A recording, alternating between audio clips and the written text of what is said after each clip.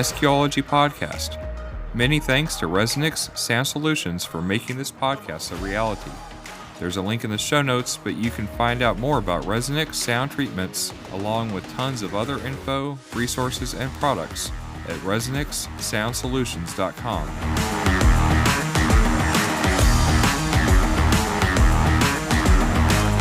But how you guys doing? Doing well, man. How you been? Tired, busy, crazy. Yeah. It was a crazy week last week, man.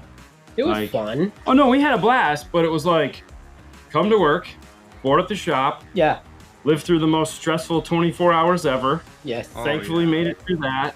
Have no power, hop in the car, drive to finals, walk around final for 2 days, or a day and a half, a half day longer than we should have, but Yeah. we were having such a good time. Drive home. Thankfully, the power had turned on that day, Yes. and then go to bed and come to work.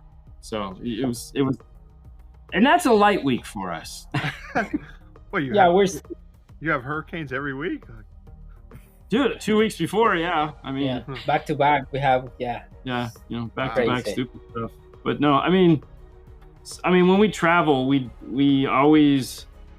try to be considerate of like 5-star, so it's like we'll get back at like 2 a.m. on a Sunday or whatever, and then we'll go back to work the next day. We'll be dead, but it's like, hey, we got work to do, yay, Look, so, we're here. Don't worry, our travel Yeah. schedule totally is not in the way of us working right now. Don't worry, it's all good. exactly. Yeah. Well, I mean, for me, I feel the travel schedule is way more important. Oh, yeah. Yeah. exactly.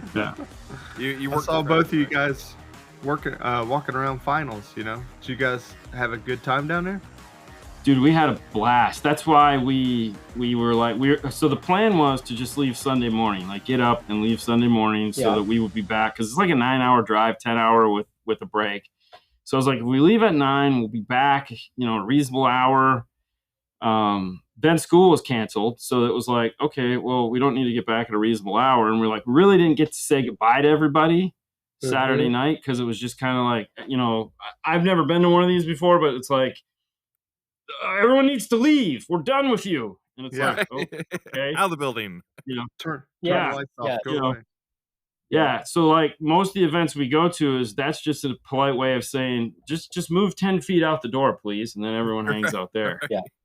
So, But we had a blast, man. It was amazing. It was nice hearing something different, because like Dean said, we never been to this type of event.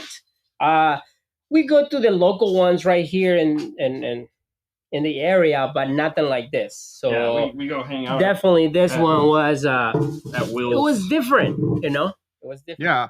I've seen some videos where you guys have been to a couple of contests down there in Florida. Yeah.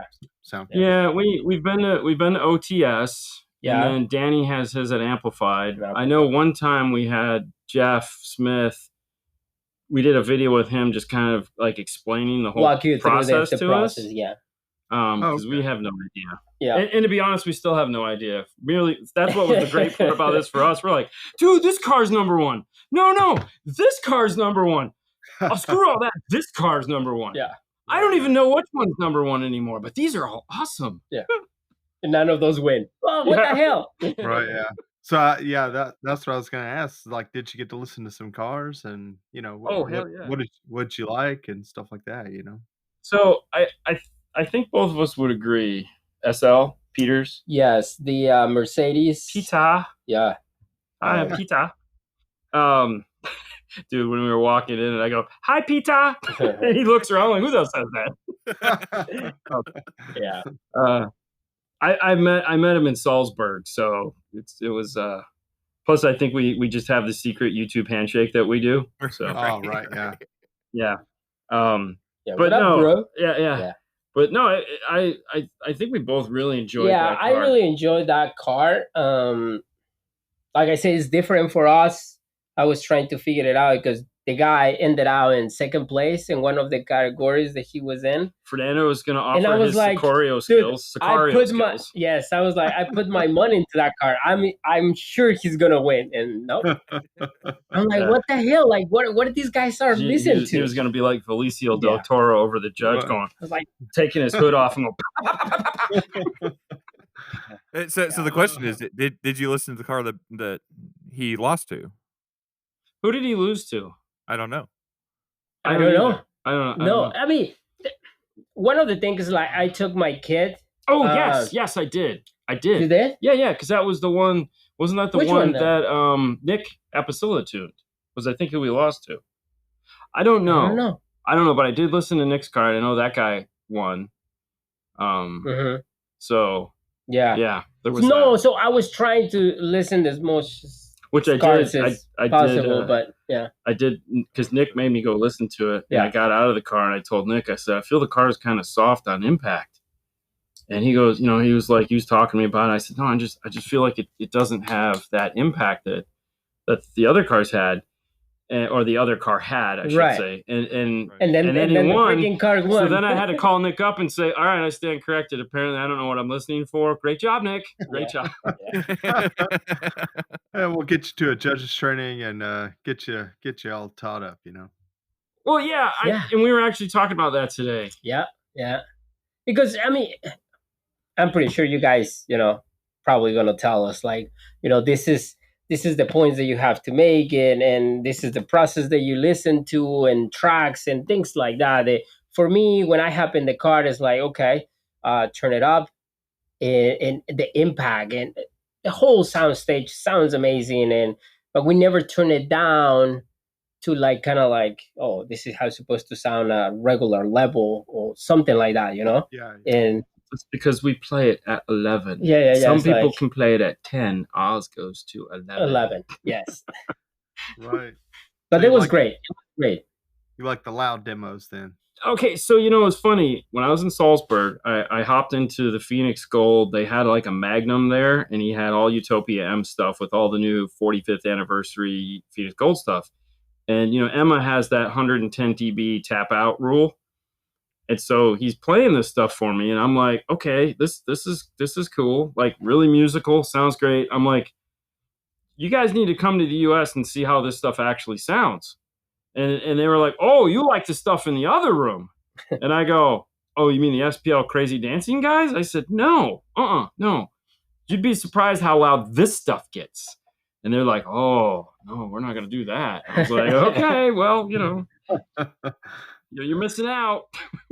Yeah, it's so some people take it to a whole different level as being able to play it super loud, Like Peter's demo was crazy because we were parked, not too far away from him, so we could hear his vehicle the whole weekend, the one he was demoing. He kept rolling the window down to give some more to the car.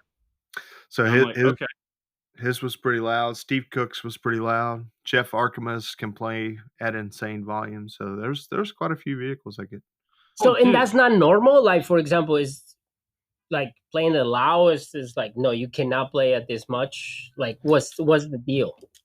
No, well, so every organization kind of has like their idea, So Emma, for sound quality, typically their listening is done around 80, 85, something like that.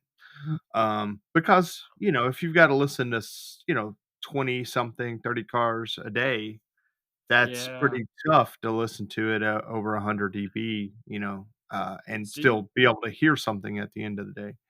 Good point. Right. See, these are the things we don't know. Right. Yeah. For me, it's like, turn it up, bro. I want to hear it. I get out of the car, my ears are ringing. I'm like, it's a Tuesday. This is normal for me. So, other organizations, they have not exactly volume limits, but they'll listen, in that 90 dB range, but then they'll have, high linearity to where you turn it up and at a higher volume, does it still sound composed and kind of the same tonality and clarity as it did at a more moderate volume? So these impact the score sheet as well. So yeah, most of the orgs do have a time where they turn it up, kind of see what it can do. Because if all things equal, the one that can do it exactly the same, but a little louder, I think is probably better. I would agree. Yeah. See, and this was the thing. We've never been to one of these on this level. We've always wanted to go. Clifton has asked us, you guys should come out. So finally, we took him up on that, and of course, he stayed home, pussy. Sorry. And Totally on purpose. yeah. So when we were there, we're looking at this, and of course, my brain of creating content and stuff like that. I'm thinking, all right, how are we gonna? Like, we're going to come again because we had such a great time. I mean, everybody was there was fantastic. Like, we met some really awesome people. A couple guys were like, dude, come here in my car. And we're like, yes. We hung out with a couple guys after the one night, Saturday night. We met up with some of the guys and we hung out at their Airbnb, just purely like, hey, guys. No, but we had a great time. It was like, it was it was legit. I was like, we have to wait because I think the next one we could go to is like Still Valley Regionals. So it's like, for me, that's always depressing because it's like, oh man, we got to wait like 9 months before we can go to another one of these. It's like, yeah. But I also look at it and go, yeah, but it'll be 9 months with our schedule. It'll be here before we're done. We'll be like, oh, yeah. Let's go to that. Do we have to? Right. Yeah. Yeah. But I'm like, I want to create some content. I was talking to Harry and I was like, I want to follow you around and have you explain this to me, like with the camera on, and we make more of a human interest story. It's stuff I like to do that, where we can kind of, for one, he's going to explain it to me while it's happening, which in turn, he'll be explaining it to everyone else that's like me, that like doesn't understand what is going on. And, to me, that sounds interesting. So I want to do that. Yeah. That's kind of what I get to do. I get to pitch crazy ideas and find people that'll say yes to me. Do you have trouble with them saying yes sometimes? No, that's the problem. Is sometimes I'll come up with really bad ideas that I really don't want to do.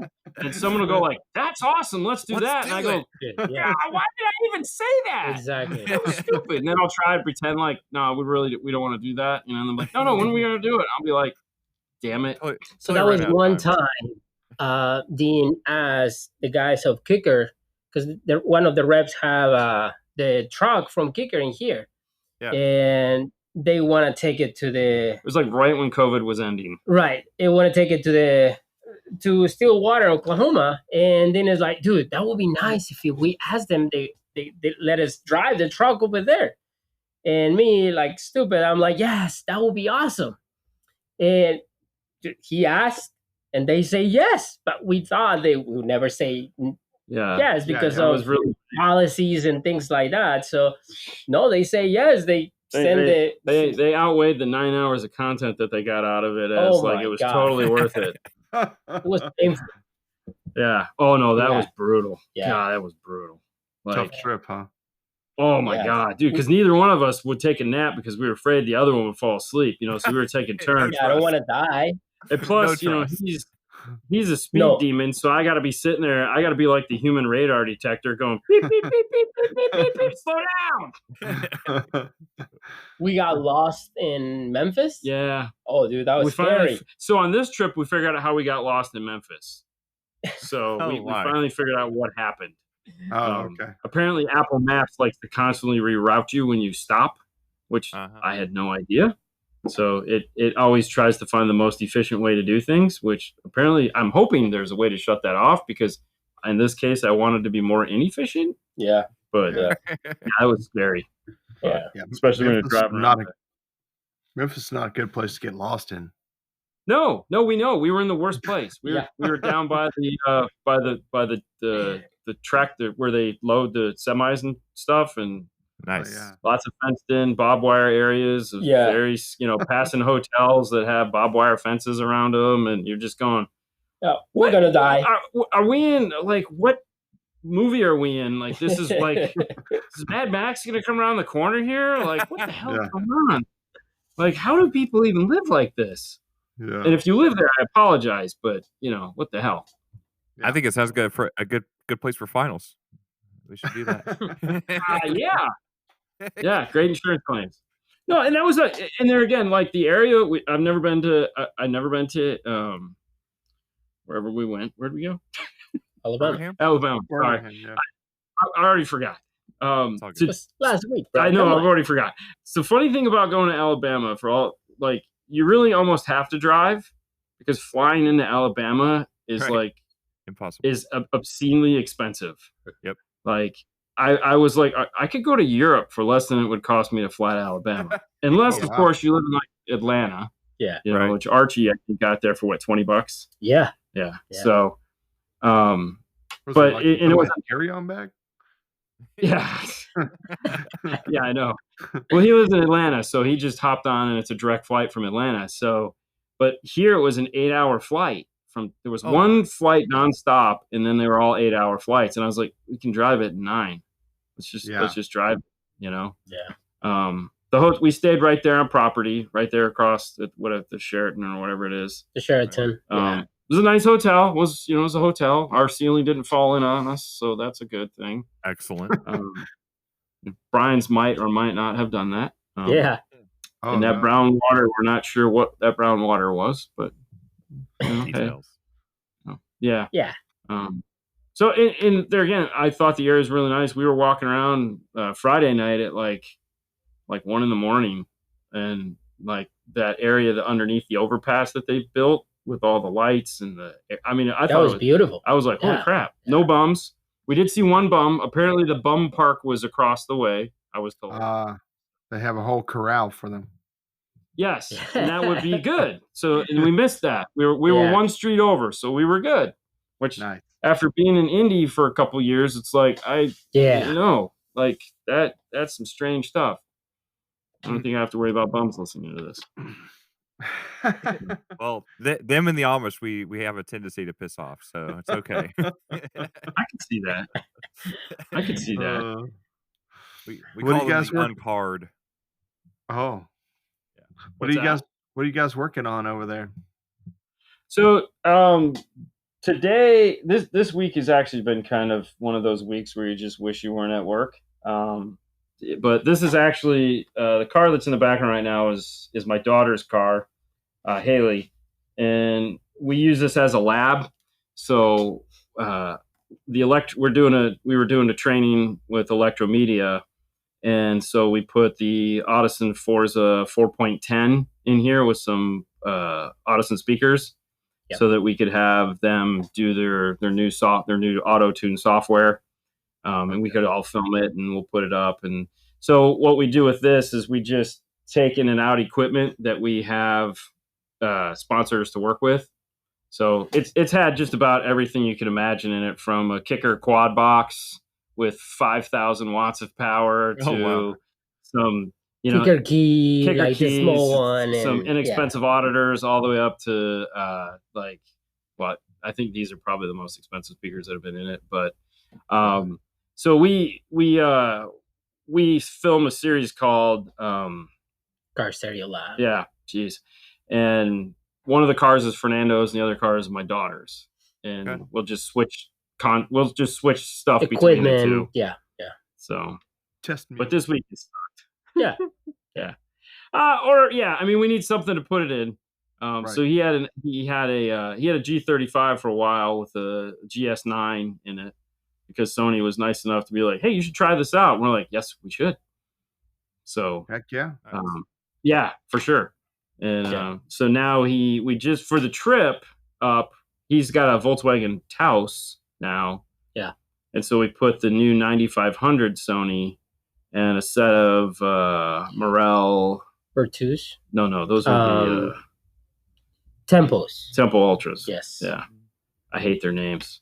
I love their product. I can't stand their names. They drive me crazy. I don't know if that one's better or that one's better. It's just like, just call it 1, 2, 3. Well, I know which Yeah. ones are better. I just can never remember their names because they're just like, oh my God, really? Come on.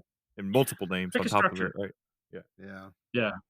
On the final side of stuff, being that you guys, I know you've been to They're right Salzburg and everything, so you've seen everything there. Yeah. But as far as our finals here, people probably know you above average more than most. And they, when you're familiar with somebody, it's easier to walk up, be like, hey, listen to my car, or whatever. But I mean, how was that as far as people asking you to and involving you and getting you demos? And also from a event standpoint, what do you think we could do better with these events for the spectators like you when you weren't really, participating actively as a competitor or a judge or something? You were just there. So how could we attract you better at that event? I mean, first things as far as like, people, I mean, everyone that knew who we were fantastic. I always laugh because people will walk past me to go see Fernando, and then the first thing they ask him is, "Where's Dean?" Yes. And then we're like, you literally just walked right past him.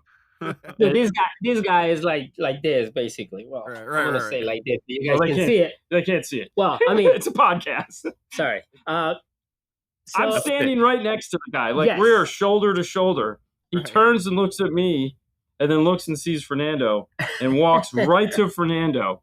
And I'm just watching it happen because I'm used to it at this point.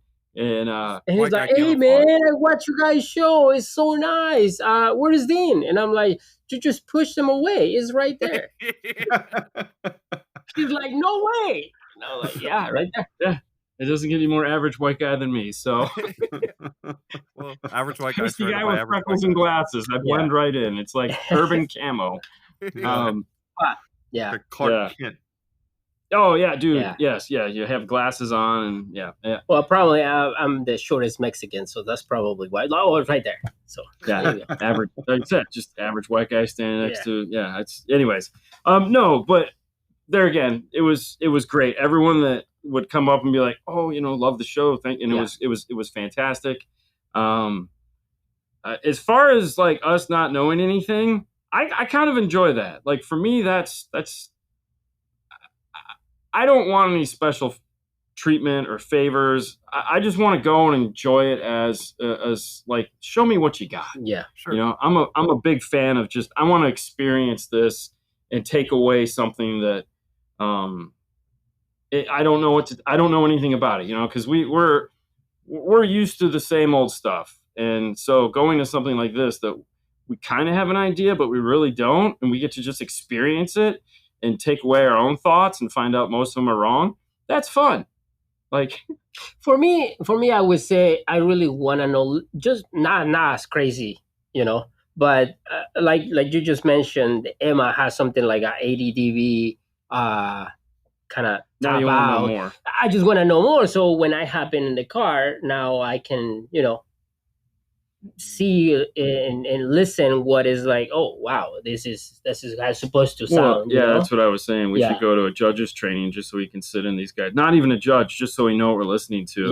Yeah. And because I really enjoy the whole entire happening to the car and just these guys just play their songs and everything, and it is different how we used to, demo our cars or things like that. So I just really want to know a little bit more. The other thing too is like I saw towards the end, Harry was offering to take people up because I guess there's a room upstairs that has it's the refresh room where you can reset your ears. They had a reference.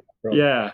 So I was like, damn it, I would have really loved to have heard that in the beginning and be like, hey guys, here's some of the things you're going to be listening to or listening for. Here's the music. Like publishing the music. Like I know it's hard to do things like this because this is what we do. And I know it's like when a tree falls in the forest that only has 10 people, there's only 10 people to hear it. But like getting the music list out more easily, I guess, so that it's not so hidden. And there again, it might be right on the front page. I don't know because I don't know what I'm going to. But if I'd have like known what music was going to play, I might have listened to it beforehand. But I felt like if we could have gone upstairs and listened to some stuff, and been like, here's what you're going to hear this weekend. That might have been fun, just so that we can be like, oh, and then go downstairs and be like, oh, okay, so this is neat, because everyone's more or less going to play the same 10 songs. I just make the request, please, for the love of God, don't play any old white guys singing music because I can't take it. Well, and part of the problem there too is like you got 4 different organizations under one roof as far as the sound quality goes, and not all the competitors do the same organizations, so they're all going to be prepping for a little bit different thing, Correct. So, yeah. And there again, that's the other thing too. You were talking about it when really cool if there was like folders on the windshield or something on the front of the car that said, "This is what I'm competing in." Right. Yeah. So that us as viewers or fans could walk up and be like, "Oh, he's in this organization," and know kind of have an idea. And I get it because most of these guys that they're in that room, they already know each other. They already know what they compete into. And they've already but smelled for their own me, farts. for us, that we just haven't, and few of the other guys they just came to watch. I was like, I don't know what this one is going. I don't know what this guy is running, and I just mentioned to Dean that would be cool if they have some form of a paper in the front that says I'm competing in the S class or D class or whatever class it is, and just kind of like, oh, okay, that's cool. No, that makes sense. Yeah, and the other thing too is like, I suck at names. Right. So right off, I suck at people's names. I have Hi, my name is Tom. I have no idea. I have the hardest. I remember everyone's face, and I'll remember your car, but I will not remember your name. I'm terrible at it. So if anyone ever walks up to me and says we met here, and I go, "Yup," so I will know, but don't expect me to remember your name because there is a hole where that goes. I have to meet you like 10 times before I will remember your name. So what are you trying to say is that everybody has to have a tag? No. I was just going to say, but if there was something on the windshield that like had their name in the organizations they were in, I would literally walk up and take pictures. Yeah, right. Because I listen to this car. Yeah, right. Have a name. I'm just going to say badge of honor. Some of these guys, they have the banner all print out, with the whole system, and in the bottom it says, owner, whatever name. So right. So that's cool. That's how I kind of yeah. Because like the Tundra I listened to, I know his name is 2 letters, and I'm gonna get him wrong, so I'm not even gonna try. TJ. It could have been RJ. Yeah, one of those. Probably BJ. Could have been that too. There you go. But great guy. I'm just guessing. We had a wonderful talk. I know what he does for a living. I know. Like from Colorado. People tell me things. Yes, yeah, he's like a metal worker, and BJ. He's a Capricorn. No. but no, his favorite color is everything was his name.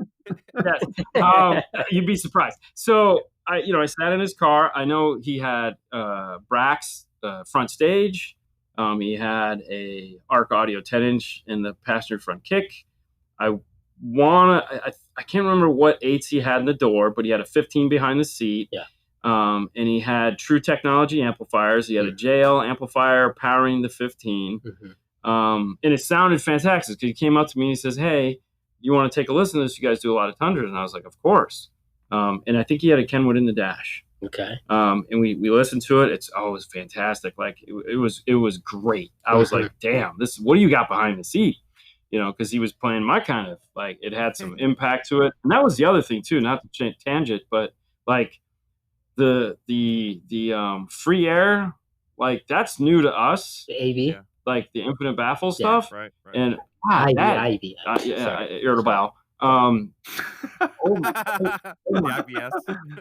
Yeah, that thing. Dude, like, we're calling it IBS from now on. I've never done that before, but yeah, IBS. The Modium will fix it. That was new to us. That whole world was new to us. But so we'll touch back on that because I know Fernando has a lot on that. But I heard this guy's car was great. It sounded fantastic, and he was like, "I just don't know what to do now." And of course, then he made the mistake of showing me his amp underneath the seat, and he immediately says, "I'm not in the Clean Wire Club." And I go, "I can tell you didn't. My eyes, I wear glasses, but I ain't blind."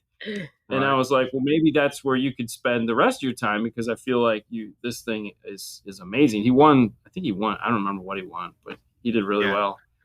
And his has really made some improvements this year. I heard it first time at Aggieland, and he's made some pretty vast improvements over the year. Yeah. I thought there again, my inexperience. I thought it was great, but I was like, yeah. I mean, we talked about some ideas, which I won't give away because if he does any of them, he should take the credit because he's going to do the work. Right. And I was like, because I feel you could do this, and this, and that would be fantastic. And he was like, yeah, that's a pretty good idea. So, but no, and there again, that's the norm. Like everyone we talked to, we heard great stories, great information. it was just wonderful. I mean, we're nobody. We're as far as this industry, as far as that is, right. And everyone was so welcoming to us. 100%. You know, it was like, and we get this a lot. People are like, oh, I know you. You know, we're like, cool. And they were very welcoming, very nice, and it's like, you know, you have the guy, there's always that guy that goes, I feel like I know you because I was listening to so much of your stuff before. Right. You know, and you're like, yeah, no, it's perfectly fine, man. You're not the first guy to tell us that. I'm glad you feel that way. That's the goal. You know, right. Now let me hear your car. I've heard enough about me. I need to hear your car now. Yeah. I know me, and you know me. I want to hear this. Yeah. So what's your you've been rattling my ear off all week about Infinite Baffle. So just well, no, I just wanted to ask you guys, like, this is the thing. Like, it's better if you do some form of a Infinite Baffle, or like every organization is different. Like you say, it's 4 organizations. One organization decides like not to do it, or you can do it on everyone. What is the deal? So that's done by usually classification, and when you say Infinite Baffle, I'm assuming you mean like Infinite Baffle for like kick panels or something like that, because like Infinite Baffle subwoofer is pretty much allowed in any class, but cutting the metal to vent the speakers to the outside is typically reserved for some of the higher classes. Okay. So, for example, if I'm going to compete, right, and if I cut my car, that is going to put me in a different category. Yes. Even absolutely. If I never compete. That's right. Oh wow. Okay. So the modification actually counts. Yeah. Yeah, I mean, so a very important thing before you start competing is to look at the rules of the organization that you intend on competing in. Read the rules. Yeah. It's a weird topic. I don't know what that is. There's lots of competitors that don't do this first step, but that's where I would suggest you start. Hey, you need a steering wheel in your car. Sometimes. Yeah. I mean, Brian doesn't have one, but yeah, I don't have one. That's why he lost. Ha! No, that's cool. I was very surprised of the whole, kick panels and Infinite Baffle through the car, and the Mercedes have those, but on the bottom, on the floor. Right. And when I open the door, I see this big bump. And I'm like, what is that? It's a baby coming out. What's going on?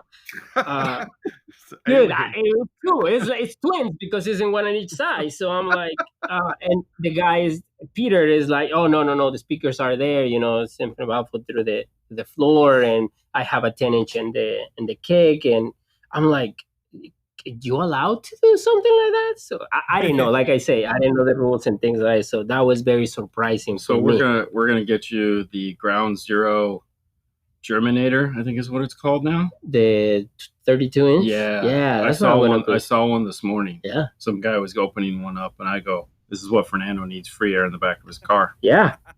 Yes, he does. I will gladly put it in the top. I will take my air saw and just the whole spare tire weld. Yeah, no problem. We'll get some membrane to put underneath there to keep the water out, maybe. Yeah. I support this idea. Right? Yeah, I mean, if you guys can, like chip in for a new car, I mean, I'm down. Maybe like a Fernando GoFundMe. Yeah. Yeah, go for it. Or something, Yeah. We tried. That was one of the first things that Fernando actually went to Ground Zero with was, hey, man, let's try one of those woofers. I go, listen, I told you to shoot for the moon, but damn, bro. I wanted it so bad, man. I was like, hey, man, listen. It's going outside the galaxy, I mean, that's how we start, you start in the top and then go down. So. There you go. Yeah. We settled on uraniums, so it was okay. Yeah. That's not too bad. Still good stuff. Oh, dude. Yeah. Let me tell you what. You put a variable bias on something, and with a screw pot for me to turn up and down. We're cooking some dinner on this bitch. Buy us all the way up on a mid base? Yeah, why not? Let's see what happens. Yeah. Go to town. Mine goes to 11. Yeah. Oh, yeah. So the other thing that I was about to ask you guys is the seat position. Of course, because I'm the tallest guys in here, you know, I was kind of like in the floor sitting, I was like, what the hell is going on? I mean, you were using the steering wheel as a place to prop up your feet? No, so I kind of like, I put my hands, on the seat, kind of like a big kid, and I just push me up. Yeah. And some of these guys, some of the shorter judges actually take around a pillow with them to like a boot. I saw the girl, the lady had one. I saw one of the ladies. They had a pillow, so that I'm makes like, sense now. I thought that she was carrying it because when she's tired, she just take a nap and put his neck under. So I'm like, that makes sense. But I asked one of the guys, Kevin Glenn. I think he drives a Dodge Ram. Oh. No, I think he drives a Dodge Ram in Colorado. No. It's he's in Texas. That's the guys we hung out with Saturday night. Yes. So his name is Kevin. He's got 2 free air 15s in the back of his Dodge Ram.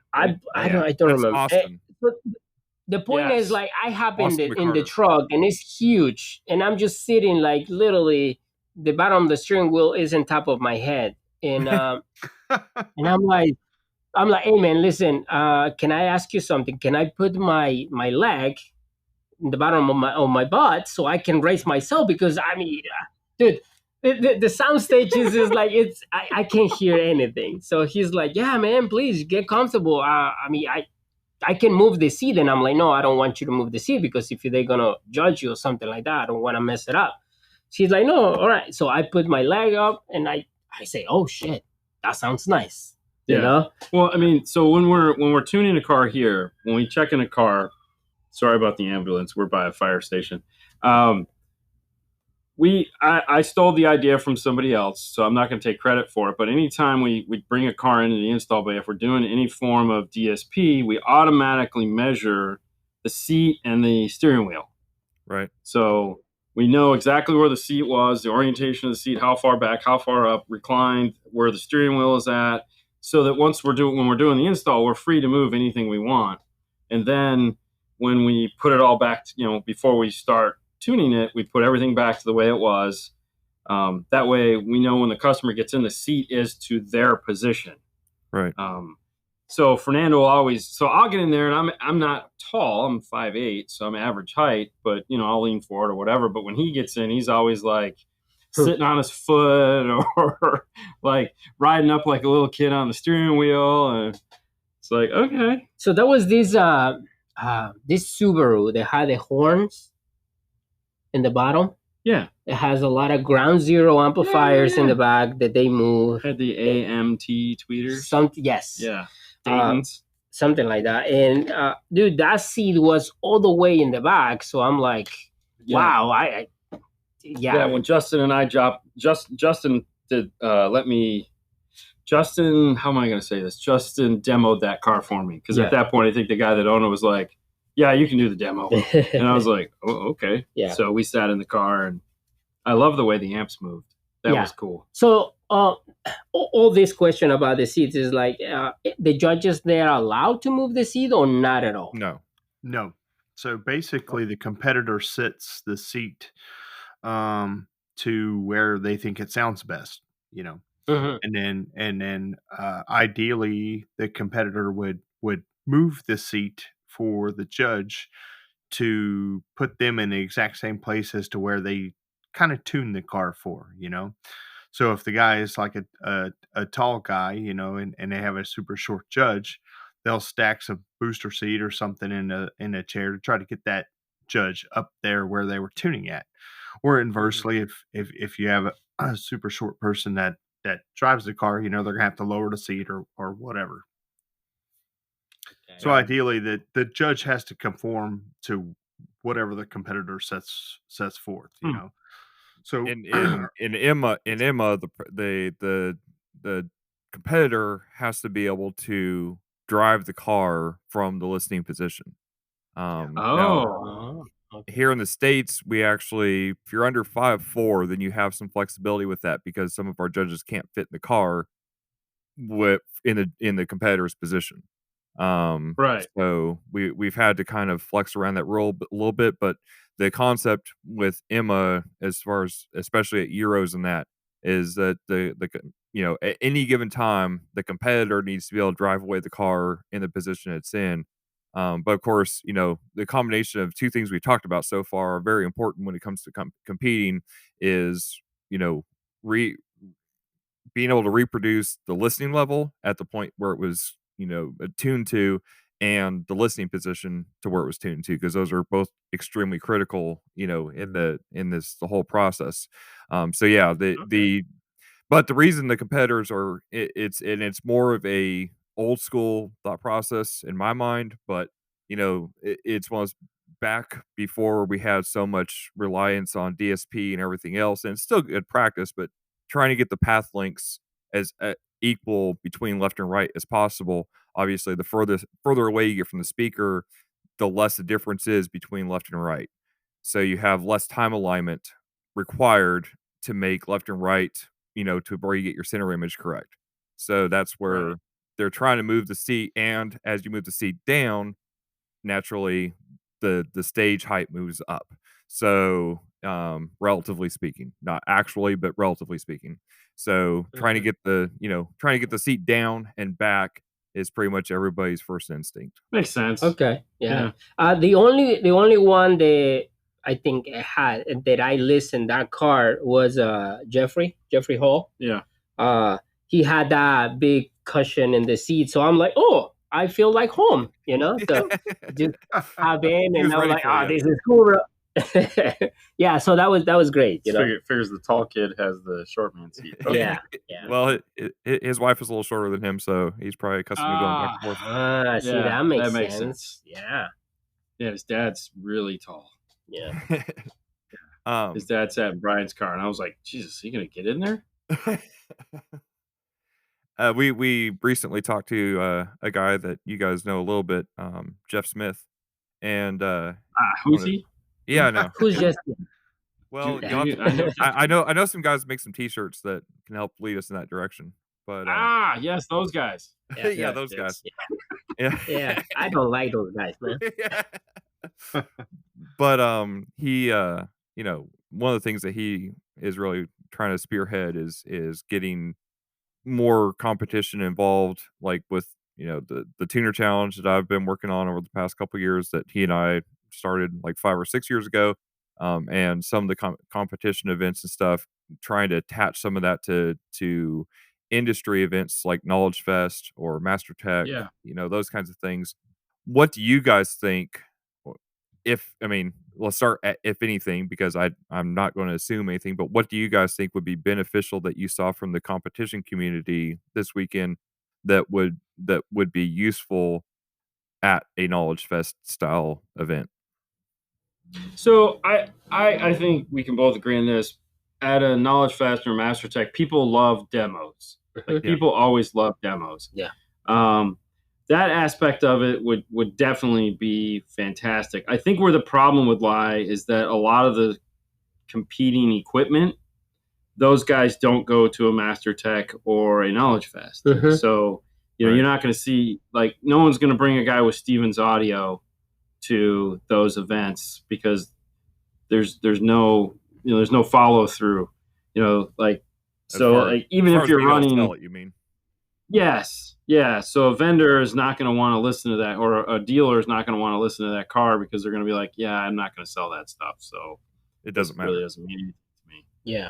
So I think that's where the hard part is that, when you go, like, you've been to Knowledge Fest many times before, Clifton. So when you bring somebody there, it's like they got their curtains and drapes have to match.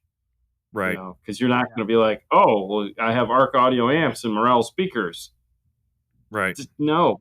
Yeah. So I think that's where the problem would be. I think the beneficial, yes, the problem is that the beneficial that will be for the attendees to have a reference of a really nice sound demo car. But then be able to make that What I available to what can they're doing. Yeah. So what I Yeah. can see that gonna be like kind of fighting the battle. It's some of the guys that go to these events. Sometimes they don't have a reference, so they don't know what to listen to. So The humor in all this is Emma has figured it out in the Euros. Yes. It's like it works for them, you know. But there again, which I think the way they do it would work fine at a Knowledge Fest, where you're not associating with a vendor. You're just there to have a car. Correct. Kind of like old school, Spring Break Nationals, where you'd had Right. vendors and then you had cars around the outside. Yeah. And I think that would be the concept would be that you would either in a hall adjacent or whatever, you would have your competitor base, kind of like at Euros, where here in this area is the competitors, and then here in this area is the vendors. Not connected necessarily one to one, where there's cars competing, competition cars in the demo car section necessarily. You know what I mean? But just something added to Knowledge Fest for the competition scene. I mean, I think if they were all on the same floor, it'd be fine. It's just a matter of getting the SPL part of Knowledge Fest, the guys that get motorcycles and big loud subwoofers. That will be the issue. Those guys from 18. What is it? Yeah. Anyway, SD. Anyway, something with an 18. Yeah. And there again, they have their places there, and it's fun, and I honestly really dig that stuff. So I'm like, yeah. Except when I'm teaching a class, and then it's kind of annoying. But I think it could work. I don't think there's any reason why it wouldn't work. Right. Because there again, we know it works in the Euros. I think it would just be one of those situations where you have to take like a Chris Cook over to the Euros and be like, here's how this works. Right. And then have him go, oh, because like right now he's looking at it going, I don't know. Now, will you take like 4 cars, one for each organization, and just kind of let them go through the process? Like, for example, like I wanted to, one of the demos that I had this past weekend was Natan and the car. And he explained me very well, like, listen, you're going to sit down in here and you're going to listen, the center right there, and then it's going to move. And then you're going to hear some, back drums in there. And yes, everything he explained me. And then I sit down and I'm like, oh, wow, that's actually pretty cool. So I feel something like that, they can benefit at Knowledge Fest, because some of the guys, they haven't tuned a car. Bring in a car or maybe 4 cars for different organization, and the guy that's going to do the demo is playing them. Yeah. I mean, it's weird because we go to Knowledge Fest all the time, and it's, I don't know how it would translate out. I know these guys love demos. Yeah. I think just from the fact that everyone loves demos, but I think that's also the problem is that like at a Euro, the show floor is open all day. Yeah. It's never closed. Whereas like a Knowledge Fest, it closes. 4 hours. You get 4 hours. And the thought of the vendors, I just paid, and as you know, Clifton, a god awful large sum of money to be here. Yeah. I want my dealers to come and visit my booth. I want guys in my booth, not over in the corner getting their demo on from that car over. Now they're getting distracted. And the rest of the time they're in the education tracks, or they're wanting to hang out and party. They're not wanting to hang out with cars. So yeah, so that would be to me why it just doesn't work. Maybe if they do some form of a teaching class, Well, I think it would have to be like an exhibition almost. Okay. Right. But right. I don't and that's where I was thinking too, something like the Tuner Challenge, where it's individuals on a sponsored vehicle, and then have people who are in the industry. It's an hour and a half out of their weekend, tweaking this car to see how far they can get just from their own ideal, and then have the judges there from the organizations, judging those tunes afterward. It's more brand centric then, where it's beneficial to people to have kind of a show and tell of what's going on in their booth of, why they're using this thing and what they're doing with the processor and this and that, it would, like you said, it would be more of an exhibition thing to kind of bring what we're doing with competition level tuning and judging and what we're listening for all in that process. And then you could, at that point, you could have people listen to the different tunes in that car, to be able to kind of see what the difference of tuning makes at that point from these expert tuners. See, I think that would be more of a Master Tech thing. Mm-hmm. Yeah. Because we already have at Master Tech, we already have events going on. So we have the build off, we have the clean wire challenge. In the past, we've had an alarm thing, lighting and all that stuff. I feel like that falls more in line with what Master Tech is doing. Mm-hmm. Okay. Yeah. I haven't been to Master Tech, so I don't know it like what you guys do. And that's why I'm asking. Really That's need why to I'm go to asking Master Tech. Yeah. Well, see, that's the cool thing about Master Tech too, is Master Tech is open to anybody that can afford to go. Yeah. Because it's a pay-per-play event.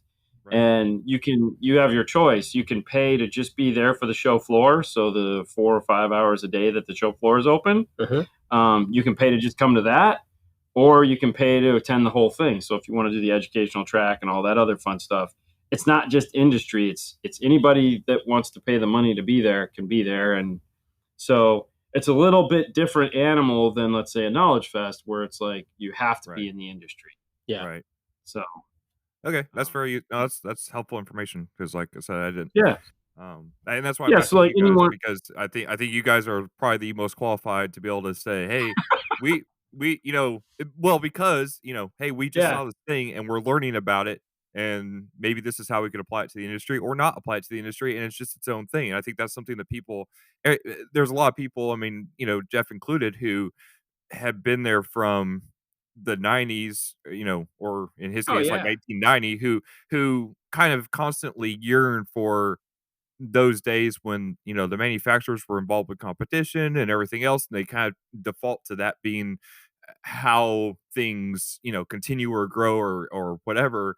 And, in my opinion, a lot of stuff has just changed, but also, let's look at where it can be adapted to work together and where maybe it can't be. Well, see, and that's the really nice thing about like a Master Tech is that you have nighttime classes that you can sponsor. So, you can have a 2.5 hour class at nighttime that is a sponsored event.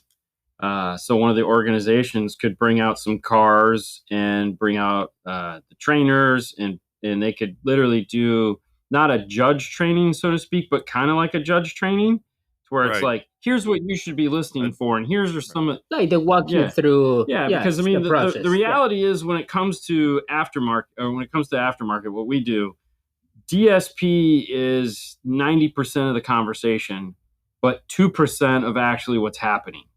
Right. So, everybody wants to, but nobody can. Right, exactly. And that's the scary part. So it's like right now the two hot button topics are Fusion 360. Getting more proficient with that because everyone's got 3D printers, right? Because they're cheaper than lasers is really what it comes down to. And how to tune a DSP. Who's going to come out with the magic button that's going to magically tune this DSP for me so that I can just, serve it up to the customer and here you go, Mr. Customer, you have this amazing sound now. And it's like, okay, and whatever. That's kind of where the manufacturers are kind of racing down. Some of them are like, how do we get something that like these guys don't have to think to install? They can just put this thing in and hit a couple buttons and slide some and then go boom, and it works. I mean, Kicker has magically figured most of that out with the Kicker key stuff. I mean, that stuff is like Jesus. That's the magic wand there. That's some Harry Potter stuff going on. Because dude, if you've never experienced a Kicker key in all its joy, you would be like, wow, that really it does the job. Good on you. Yeah. Right. But so I think that's where the disconnect is, and bridging the gap between the two might be interesting because a lot of these guys probably don't know the assets that are available to them through those organizations. You know, and there again, I know there's always that disconnect of like, oh, you don't do this professionally, I can't trust you. And it's like, yeah, but this guy, all he has to do is work on this one car. Right. You know, he's going to know a lot about the problems that he ran into on this one car. I want to listen to that guy. Yeah. I want him to tell me his story, because at either one point I'm going to have to do that car, or the 100 cars I have to do, I might run into that problem 2 or 3 times. And I'll remember what he told me that fixed it. So I don't work like that. It's like, I don't care if you whatever the term professional means. Some of these guys in these groups have hundreds of hours. Oh yeah, sitting in their garages tuning these cars and listening for the mosquito that farted. Yeah. Like I don't have time for that. I would love to have them. Like, we flew out to California this summer, our vacation. We spent 3 days with Brian Mitchell in his warehouse. I got to do the wiring, the 2 feet of wiring in the car. Nice. And then we just did ARC DSP the whole time, because we sell ARC DSP, and I'm like, we never got a chance to take his class when we were at Knowledge Fest when he did it for the year, because we were teaching our class at the same time. So I was like, hey, do you mind if we fly out there and you give us your class, just the 2 of us? And like, that to me was worth every penny it cost me to fly out there. Yeah. So I think there's a way to take the value that your group of this industry has and apply it and help us, just like we can help you. It's just bridging that gap somehow is probably difficult. Yeah. So I also work at a shop, and a long time ago we started focusing, with sound quality and competition type stuff, just because that's just what I've been into since high school. Is I really love great sound. Looking through all the magazines and all that kind of stuff. So I've always kind of really been into the sound quality side of it. So our shop kind of sort of specializes in sound quality type tuning and builds and stuff like that. Yeah. So, we can help people learn, how to tune effectively and fast, to where it's not like this all day process or multi-day process to get some sort of a good result. And that's something that I think every dealer should know how to do, is be able to turn out a decent tune in 2 hours or less, and and make the money that you deserve for that time. Yeah. Oh no, trust me, that's that's been topic for quite a few years now. It's a tricky thing. What do you think the holdup is for a lot of shops that are not doing we know what the holdup is. The holdup is they're not financially set up to sell themselves. So for one, they're not confident about what they can do, because they really don't understand the process, because they don't want to spend the time on it. So when it comes to what most owners say is, we don't have the time for it. I'm like, what do you mean you don't have the time for it? You don't have the time to charge $150 to $200 an hour for your guy to spend 2 hours tuning a car? That you don't have to get rid of butt connectors or wire, or it's literally just his time, which time is a box that goes on the shelf. So when you look at a day, it doesn't matter what I'm doing. It just matters that box was sold. So whether I'm putting a radio in a car, an amp in a car, or tuning a car, it's all money. It doesn't matter. So you have the insecurity of not knowing what you're doing, and then also not being able to sell it. Now, there might be some people that don't like me saying that, and that's okay. But we know it's true, and it's okay. It's just, but we always say this thing: put a DSP in your car and figure it out.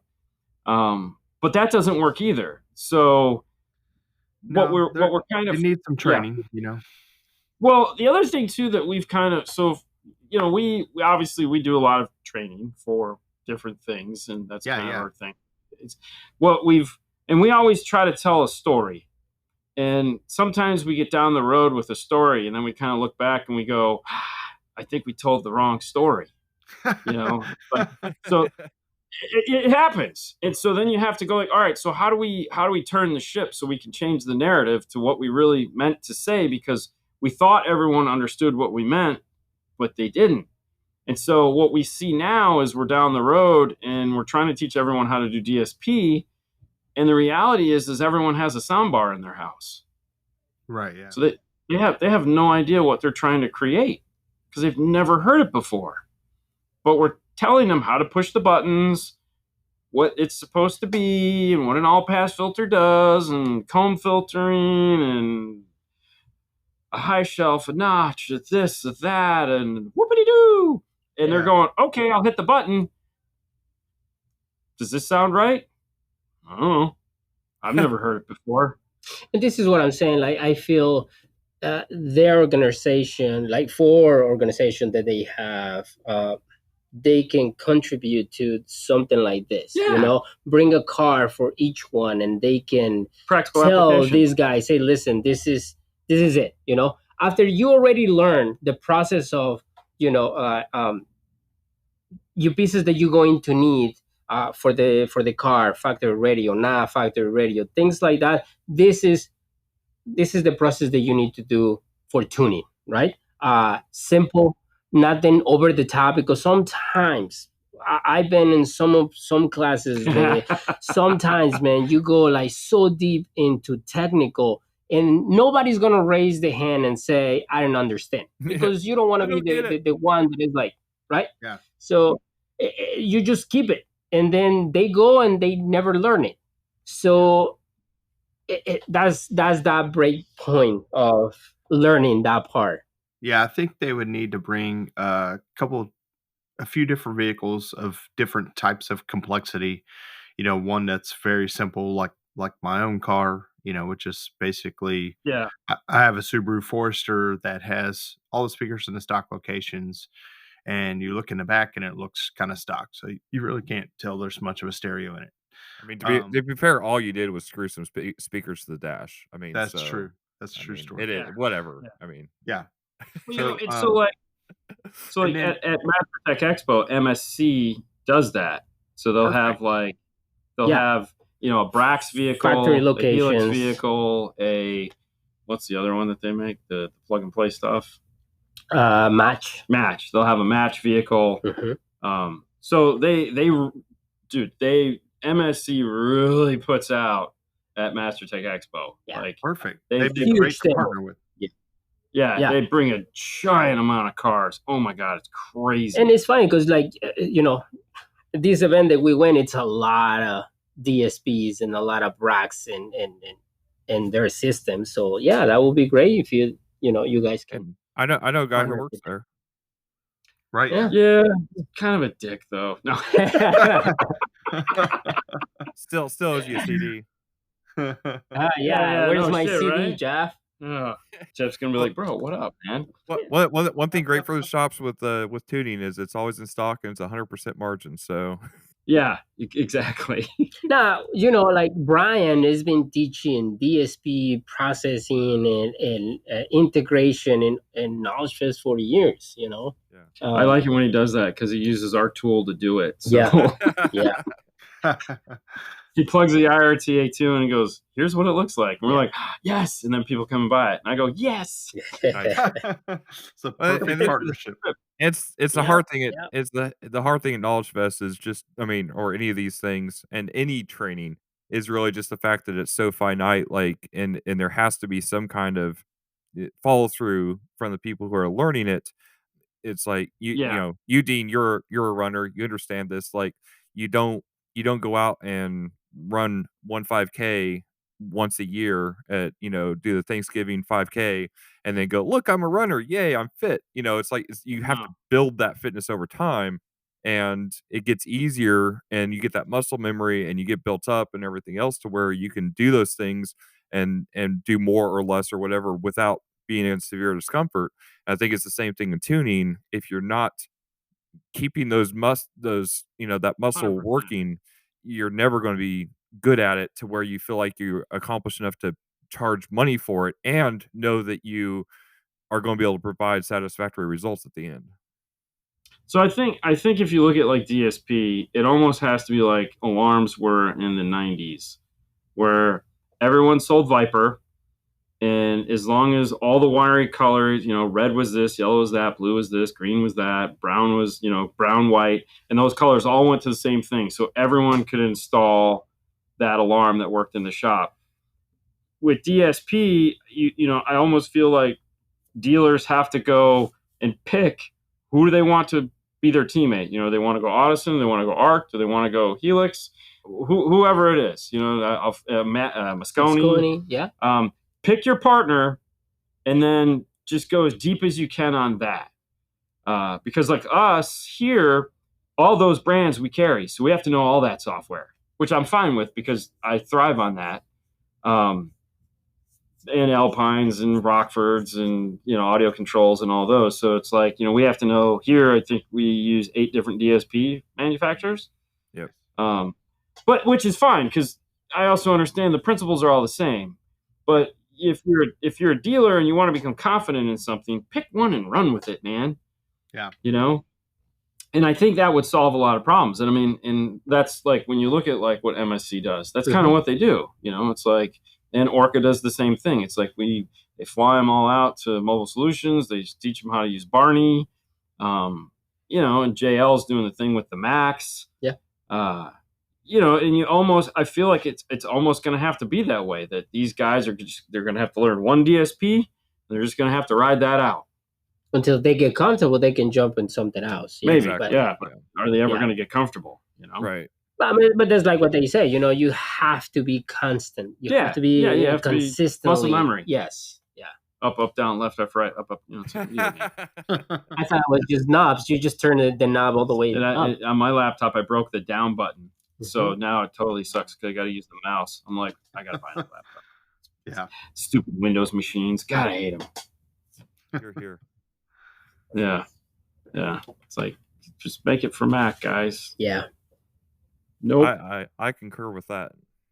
Yeah. Well, I mean, you could use JL or audio control if you really wanted to, or run. Right. And anyone that says you can run it in parallels, I just look at them and go, "You've never owned a Mac." Yeah. But you're not running anything in parallels. Not for this. Not when you're connected to hardware through USB. Yeah. No. It's not going to go well. I mean, I think that's where and like you were saying with MSC having different vehicles and stuff, I think that would work really cool with the tuner challenge too, because you can have then like a amateur tuners working on a match vehicle, for example, and then you could have the high end, your Jeff Smiths and your Natans and whomever, working on the high end complex vehicle, and really, I think there'll be a lot of cool ways to break that out. So, but anyway, yeah, never know. That'd be fun. I mean, they've talked about it. I know last year at MasterTech, we did an award for best car. Okay. It was basically the fan favorite car is what it best demo. So car, best demo car. Yeah. So Sage and the boys, as we like to say, Sounds Good Stereo built the Honda with the 13 8-inch subs and all the Moscone power, and put the crazy wrap on it. And it was like the talk the whole weekend. Have you heard this? Have you seen it? Have you done it? It was like, and I was funny because I put the bow on his car, and we were meeting that morning to film the car, and he walks out and he's like, "What the hell's on the hood of my car?" I'm like, "Bro, you won the best demo car for the weekend." He's like, "What? Oh my God. I've never seen Sage get so sentimental." Like, dude, I thought he was going to tear up there for a minute because, he's literally on the phone with this guy calling him within 10 minutes going, "Dude, we won." That's awesome. Yep. Yeah. I was like, I felt touched. I was like, this is so cool. But, and there again, like when we were walking around, we brought Fernando's son with us, and he's 8. Yeah. And, he's just looking at cars, man. He's just like, what's the coolest car here? Yeah. And that was the purple, the Challenger. Challenger. Yeah. Mark Bruno. The Hellcat, yeah. And then his second one was the Mitsubishi over in the corner. Yep. With the air conditioner pumping into it. Yep. Yeah. And I would, to me, I'm going, well, I think there is something there, fan favorite. I'm always a big fan of doing fan favorite stuff, Yeah. Yeah. you know. But I thought you guys have like the best of show or something like that. Did you guys pick from the whole entire group like one car that is like? Not at that event. Oh, It's okay. still pretty much based on now, like, some of the orgs will have a best of show for their org, but there's nothing for the entire event as far as that goes, so it's still kinda dependent on the rules of the org. Now, like, obviously shows like Aggieland, that's more based on the best car there, period, and then, kinda same with SVR, and then, like, at Lone Star, we had the Demologist Award, which was the person who gave the most demos. Oh, geez. Yeah, which was Jeffrey Howell in that case. Actually, he pretty much demolished that award. he, he gave a lot of demos. Um, Yeah. Plus, Trying to sell those tunes, bro. yeah, yeah. Well, this was before he was doing that, but yeah. Oh, This was a few years back, but yeah. I think there's a lot more that we could do at the event level as far as that goes. I think part of the problem is that we've gotten, at least I guess my problem in that case and how I look at it is just we've gotten spectator the spectator inhibit has gotten so lax over the years that I've just not, I don't think we just focus on it that much. Uh, but right. it's something that we could definitely do more of, even for the competitors that are there to give them more of incentive to get in each other's cars and give some feedback. Yeah, because I mean that was always the thing. Like when we do the local events, everyone's just like the cars aren't open. Everyone's just hanging out, sweating their asses off in the parking lot Right. underneath, and it's like this is no fun, Yeah. Yeah. No, you're right. And so I was really hoping it wouldn't be anything like that. Luckily, I was pleasant. I mean, there was still some of that going on where it's like everyone's just hanging out in their little group because they haven't seen each other for a couple months. I could totally understand that. Yeah. I feel the same way. Yes. But I also feel like I don't know, man. Like have your car open, but Yeah. it's a Well, I mean, it's a challenge. It's a We're competition. different, So I mean, we yeah, go into Knowledge Fest or Yeah. Masters Tech, and every card is open, Yeah. and it's like, I yeah, get it. Well, they're trying to sell you something, so that makes sense. yeah. Well, Don't be- yeah. I don't be mean, everyone picky, should man. be. I mean, everyone's trying to sell you on anything. I mean, I Yeah. want to win. Yeah. Did I tell you how amazing my car sounds? Come on over here. I'll show you. No, that's yeah.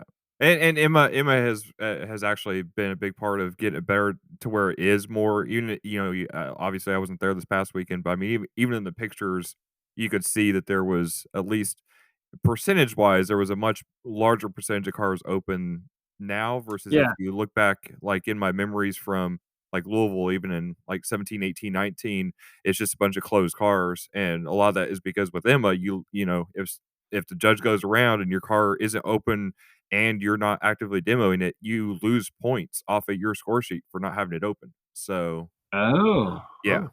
I like So that. Yeah, I like that. That's Go. I like Emma. Well, and Emma, all the classes Picky have woman. all the classes have some sort of install attached as well, at least Yeah. at finals. So, every competitor there who was doing Emma had to do some level of install presentation and was scored on the either depending on the class they're in, but it could be very basic as far as, hey, your wiring's there, your terminations are there, you can show me what those are. You have some level, there's some level of integrity here, to the point of including craftsmanship, and then to the point of including creative element points, which, the creative points are more geared toward what focuses on the equipment in the car to draw people's attraction to that. So it's not so much about this fancy thing you did with these fancy wires or whatever. It's more, what did you do to your install to attract attention to the components in the car, to where somebody from the outside is looking at it and they're drawn to highlight the aftermarket equipment that you put into it. I put these two big red arrows that blink and go, look here, look here, look here, look What here. about what about serviceability? Did that count? It does, as far as being able to access equipment, especially like fusing and stuff like that. So yes, I mean you have to be able to access stuff in a relative amount of time. And I would imagine that there would be some, especially in Iasca, there's definitely you can definitely get creative element points for creative methods to access the equipment and stuff. I know, like in our Black Betty vehicle, that was one of the things when we went from, that was a very purpose built Iasca car. And then when we shifted to because we shipped it over to compete in Salzburg. Oh, nice. But that was in 2019, right when COVID hit. So it was supposed to compete in April 2020, and ended up sitting in a port. I think it was in the Netherlands for almost a year, just because of Nice. COVID. Wow. So we never got to actually do that. But we still, in the process, we went through the process of trying to create, prepare it to compete in Emma, and all the stuff that had worked to its favor in Iasca, like having, it's a complete custom dash. You couldn't, all the speakers in the dash were hidden, everything else then was a detriment in Emma because you couldn't see the equipment. So we ended up having to, put lighting in the dash and move the speakers around to where, then when you hit the lights, then you could see the speakers and draw more attention to it and this and that, and have a big banner that went over it. And, it was one of those things where that car scored, 1,000 points in Iasca. Emma has 100, maxed out. It's your top class in Emma. You have 100 creative points to go for. And it took us almost 6 months to try to theoretically get to 100 points with that car. So, I mean, it's a different level for sure, but yeah. The reason why I asked about serviceability, because I saw 2 cars. I was just like a kid, man. I was just like, just watching everything. As soon as I saw a judge just kind of like going around, I was like, oh, what are you looking at? Right. So these guys going into the trunk and looking at it with the flashlight and everything. And, the judge asked the guy, so how do you access these? And it's like, oh, you have to unscrew this and screw that panel. And then he pulled like a carpet down. And, I'm like, okay. So I don't know how the judge actually judged that car. That's but when then you go, but I can get to you a fire extinguisher this fast. But then in another car, this guy had magnets, right. Panel magnets. He's like, yeah, man, you can just clip it and you see everything. I'm like, oh, that's cool. I mean, that's nice. So, yeah, I guess those different points that you got. Yeah, and a lot of people in the state. I mean, the competitors here, I would say the majority of them are not as focused on the install judging portion of it. So a lot of times they just build the car how they're going to build the car, and then what happens at this point. I'm hoping, maybe that'll get better over time. But so Yeah. Crown Vic. Oh, the Crown Vic. But I can totally see was that. it Crown Vic or Grand Marquis? I don't know if that was a Crown Vic or a Grand Marquis. Does it matter? But it doesn't matter. No, but dude, I know you saw it when you were there, right? Yeah. So I was surprised. I was beyond surprised. Isn't even the word. Now, okay. So painting the picture for everyone that didn't make it to this event, because I don't know if any pictures of this car got up. I saw one picture of the car. I didn't actually see any install pictures of it. So I don't. Okay, so you can explain it to me because I don't know anything about it. Okay, so we'll end on this. This car rolls in, and I'm standing there as this Grand Marquis rolls up, and I'm going, what the heck? And he's got these. They look like number 8 pods. They're shaped like an 8, but laying down. So 2 circles next to one another, sitting on his dash, aimed at your face. You can see the wires running into the sides, and you're going, what the hell is rolling in here? Okay. And he pulls into his spot, opens the trunk, and then I don't know whose it was. I don't know who the guy, dude, he pops the trunk. We work our way over there. And I'm like, holy shit. I've only seen one of these amplifiers in my life. I got to hold it in my hands, and standing next to me was Peter, not that Peter, the other, I call him Swedish Peter, was standing next to me from Ground Zero, telling me all about it. And it was a freaking Ultra. So it was a Ground Zero Ultra. $6,500 amplifier. Holy cow. Sitting on in his car. And I'm going, holy shit. What does that do? And then sitting right next to it was a Focal number 7 Utopia passive crossover. And I'm going, I mean, this guy's got like $10,000 worth of stuff sitting in the back of this Grand Marquis. Well, I mean, there was other stuff too, but I couldn't move past it. And I'm just going, I don't care what the car is. This is amazing. Like, I'm just like, dude, I got to find this guy. I never did because, like, where did he get an Ultra from? Like, holy crap. Apparently he knows somebody. He knows somebody. That's for damn sure. Yeah. but that was crazy. It was at this totally like, wow, wasn't expecting to see that. It was pretty cool. But there was a lot of stuff that we weren't expecting to see, and we saw. And I mean, all in all, if for this audience, most of them assuming go and compete and whatnot. But if somebody's listening to this that has never been one of these high end events, like Still Valley and Aggie and World Finals and used to long whatever the other ones are. Longhorn, bro. Like these are fun. These are definitely not the parking definitely. Lot. I can't wait to go again. Yeah. I'm gonna carry totally my pillow because yes, why not? Yeah.